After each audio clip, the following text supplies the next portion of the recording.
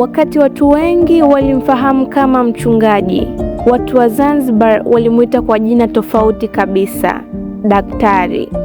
Mwaka 1989, miaka michache baada ya watu wa kwanza kubatizwa Zanzibar, Ibrahim Alex Juma aliwasili kisiwani akiwa na mke wake na watoto wao 5, lakini hakufika kama mchungaji, alifika kama mhudumu wa afya. Ibrahim alielewa sababu ya kufanya hivyo. Watu wengi Zanzibar wasingemkaribishwa kwa urahisi kama angejitambulisha kwanza kama mchungaji.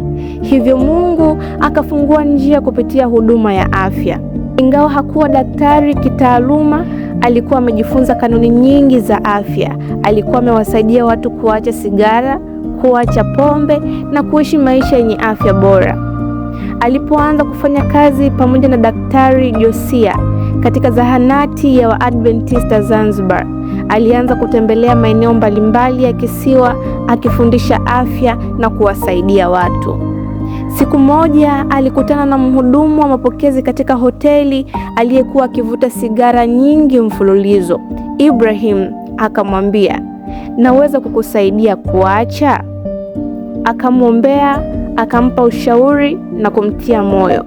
Baada ya muda, mtu huyo aliacha kabisa kuvuta sigara. Habari hizo zikaenea kwa haraka. Watu wakaanza kusimulia jinsi Daktari Ibrahim alivyokuwa akiwasaidia kubadilisha maisha yao. Wakati huo kanisa la Waadventista Zanzibar lilikuwa na waumini 7 tu. Miongoni mwao walikuwemo Ezekiel na Musa, wale waliokuwa wameongozwa na Mungu hadi kwenye mlango mkubwa kabisa wa kahawia miaka michache tu iliyopita. Lakini waumini hao wachache hawakukaa kimya. Waliendelea kushiriki imani yao kwa wengine. Mwezi mmoja tu baada ya Ibrahim kuwasili Zanzibar, watu 9 walibatizwa. Miongoni mwao alikuwa ni mtu ambaye baadaye alikuja kufanya kazi katika zahanati ya Waadventista wa Sabato ya Zanzibar. Mwaka uliofuata watu wengine 12 walibatizwa. Kisha wengine wakaendelea kujiunga mmoja baada ya mwingine.